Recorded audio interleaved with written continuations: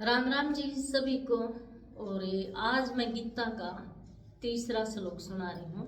आज मेरा दिन है तीसरा, तो जो कि हर रोज या दो क्लोक्स पर गीता के 18 अध्याय सुनाए जाएंगे।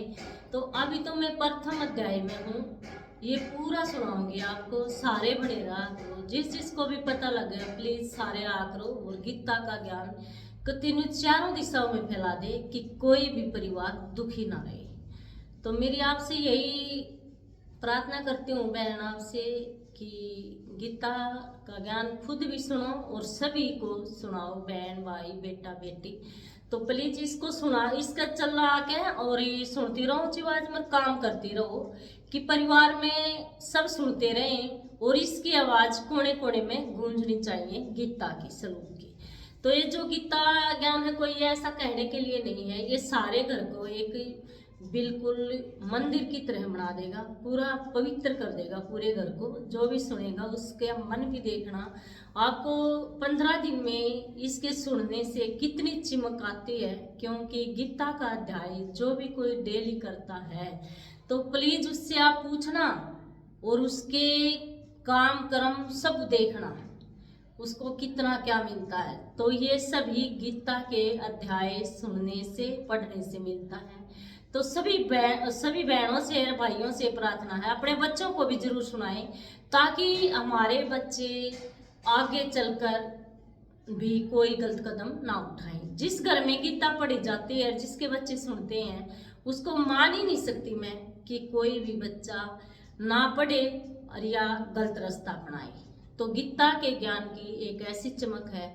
गीता के ज्ञान की मैं 2-4 बताती हूँ। गीता का ज्ञान किसके अंदर था? विष्णु भगवान के अंदर था। वे अपना मन ही मन गीता के श्लोक पढ़ते रहते थे दिन भर, उनको मुझबानी याद थी। और शंकर भगवान को आपको पता होगा, तो ये भी गीता के बड़े ज्ञानी थे। और तो इनके जो जो भी सुनेगा जो पढ़ेगा उसकी एक माथे पर भी चिमक एक अलग होती है। वो कितने भी वैसे काम करेगा तब भी उसको कोई गलत नहीं ठहराएगा। तो वो आदमी गलत काम फिर करेगा नहीं, गलत रास्ते को छोड़ के अच्छे रास्ते पर अपने आप आ जाएगा। किसके कारण? गीता के कारण। तो प्लीज सारे आया करो, लाइक किया करो, सब्सक्राइब किया करो और मेरे मतलब मुझे सपोर्ट की भी आपकी बहुत जरूरत है। वही चाहे कितने भी आओ, मैं रोज गीता का ज्ञान दूंगी क्योंकि मैं चाहती हूँ मेरे सब बेटा बेटी अच्छा रास्ता पकड़े। मेरी छोटी बहन, बड़ी बहन और मेरे माँ बाप सभी को सुनाना चाहती हूँ। जो बड़े हैं वे भी सुनेंगे तो उनकी भी मुक्ति हो जाएगी, चाहे उसने कितने भी जिंदगी में पाप किए हैं। लेकिन एक गीता का ज्ञान ऐसा है जो कि इसको सुनने से सभी पाप कट जाते हैं और भगवान हमें अपना लेते हैं। तो इसलिए मैं गीता का श्लोक कर रही हूँ शुरू। तो इस श्लोक को आप नमूजबानी भी याद कर सकते हो, 2-3 बार सुन लियो इसको। और आप काम करते करते खेत में भी जा रही हो, कपड़े धोने जा रही हो, बाजार में जा रही हो, कहीं भी जा रही हो, तो ये बहुत छोटा है, 2 ही लाइन का है, तो ये तुरंत आपको याद हो जाएगा। इसको याद करके जहां भी जाओ तो अपने मुंह में मतलब बोलते रहना, किसी की बातों की तरफ ध्यान मत देना। तो प्लीज आइए अब हम शुरू करते हैं। सरव सरव शास्त्र मही गीता। सरव सरव मीन्स सभी, शास्त्र मही गीता, सभी शास्त्रों में गीता का बहुत बड़ा महत्व है। सर्व देव भयो हरि, सभी देव में, सर्व मीन्स सभी, देव मीन्स देव, सभी देवताओं में गीता बहुत ही पवित्र अर्थात बड़ी है। सरव तीर्थ मही गंगा, सरव सभी तीर्थों में, जैसे आज वहां जा रहे हैं इधर जा रहे हैं, सभी तीर्थों में अगर आप घर बैठे ही गीता का ज्ञान सुनो पढ़ो तो ये सबसे पुण्य का काम है।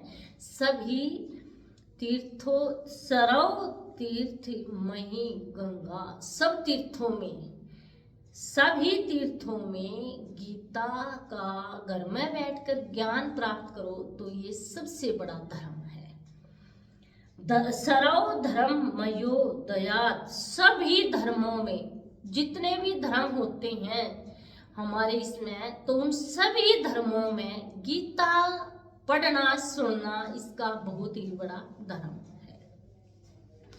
अगर कोई पढ़ भी नहीं रही है तो इसको सुन जरूर सकती है।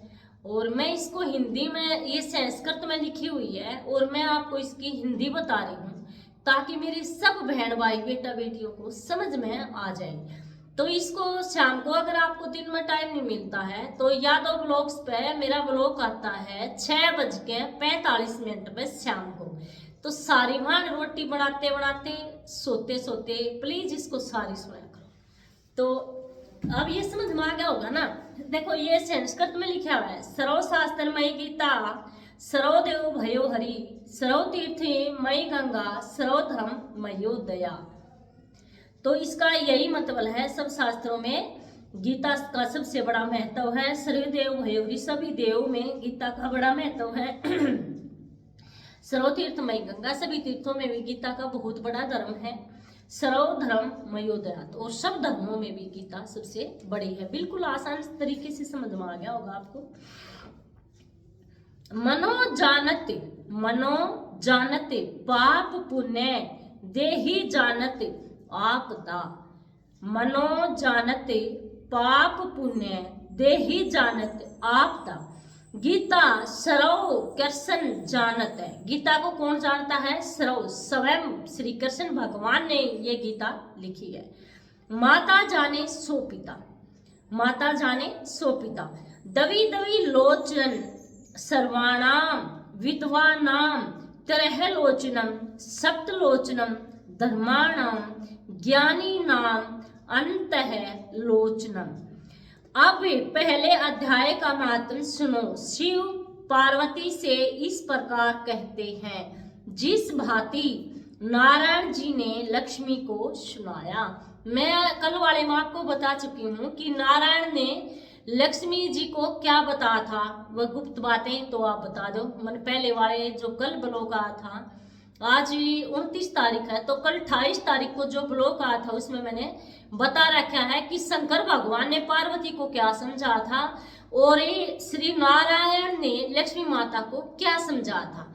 अगर आपने पूरी देखी तो बहन जरूर बताना कि हाँ हमें समझ में आ गया क्या बताया था। श्री हरि बोले, हे लक्ष्मी, सुधर वर्ण एक प्राणी था। कौन था? सुधर वर्ण एक प्राणी था। सुधर वर्ण का एक प्राणी था जो चंडाल का कार्य करता था। जो क्या करता था? चंडाल, कोई भी अच्छे काम नहीं करता था, चंडाल का काम करता था। और तेल नून नमक का व्यापार करता था। किसका करता था? तेल का, नून का, नमक जिसे कहते हैं, उसका व्यापार करता था। उसने एक बकरी पाली हुई थी। उसने क्या पाली थी? एक बकरी पाली हुई थी। एक दिन वह बकरी चराने गया तो वृक्षों से पत्ते तोड़ते समय उसे एक सर्प ने डस लिया। वो अपनी बकरियों के लिए वृक्ष से पत्ते झाड़ रहा था तो उसको एक सर्प ने डस लिया। तत्काल ही उसके प्राण निकल गए। मरकर उस प्राणी ने बहुत से नरक भोग कर एक बैल की योनि में जन्म लिया। उस बैल को एक भिक्षुक ने खरीद लिया। देखो, एक आदमी था जो कि बकरी चराता था, नमक का, तेल का वो व्यापार करता था और अपने खेतों में बकरियां चराने के लिए गया था। उसने बकरियों के लिए पत्ते झाड़ रहा था तो उसको सांप ने डस लिया, वो मर गया। वो मरने के बाद में बैल की योनि में उसने जन्म लिया। तो बैल किसने खरीद लिया? एक भिक्षुक ने खरीद लिया जो कि सारा दिन तो भिक्षा मांगता था और शाम को उसको एक खुट्टे पर जो इतना टाइट बांधता कि वो भाई अपना मुंह से ऐसे मक्खी भी ना उड़ा सके, तो उसको बांध देता था। भूखा प्यासा रहता था, पूरा भरपेट उसे भोजन नहीं मिलता था। भिक्षुक उस बैल पर चढ़कर भिक्षा मांग कर लाता और अपने कुटुंब का भरण पोषण करता। रात होने पर बैल को घर के द्वार पर बांध देता। जब रात हो जाती थी तो उस बैल को क्या करता था? अपने द्वार पर बांध दिया करता था, बांध देता था।